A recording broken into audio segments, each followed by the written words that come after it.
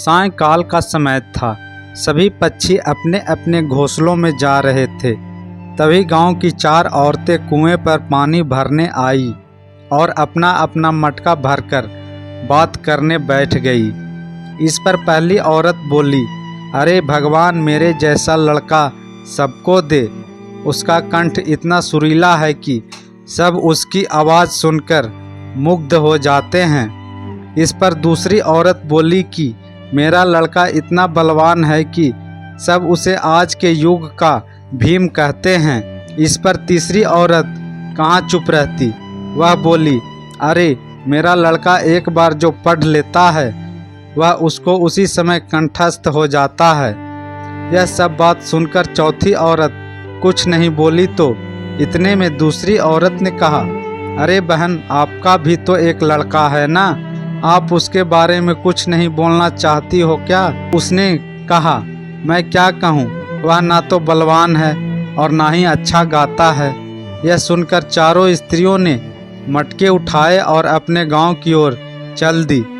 तभी कानों में कुछ सुरीला सा स्वर सुनाई दिया।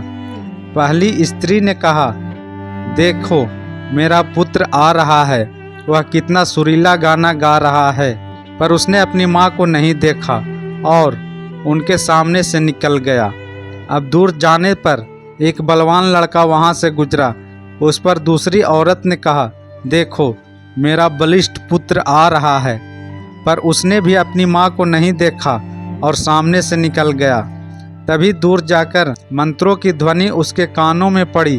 तभी तीसरी औरत ने कहा, देखो मेरा बुद्धिमान पुत्र आ रहा है। पर वह भी श्लोक कहते हुए वहाँ से उन दोनों की भांति निकल गया।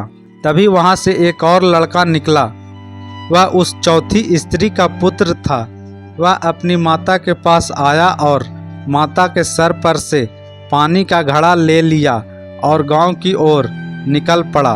यह देख तीनों स्त्रियां चकित रह गई। वे तीनों उसको आश्चर्य से देखने लगी।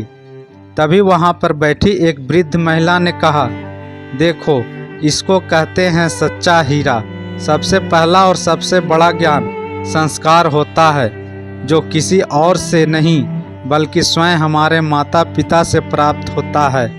फिर भले ही हमारे माता पिता शिक्षित हो या ना हो, यह ज्ञान उनके अलावा दुनिया का कोई भी व्यक्ति नहीं दे सकता है।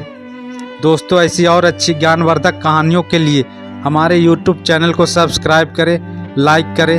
तब तक के लिए धन्यवाद।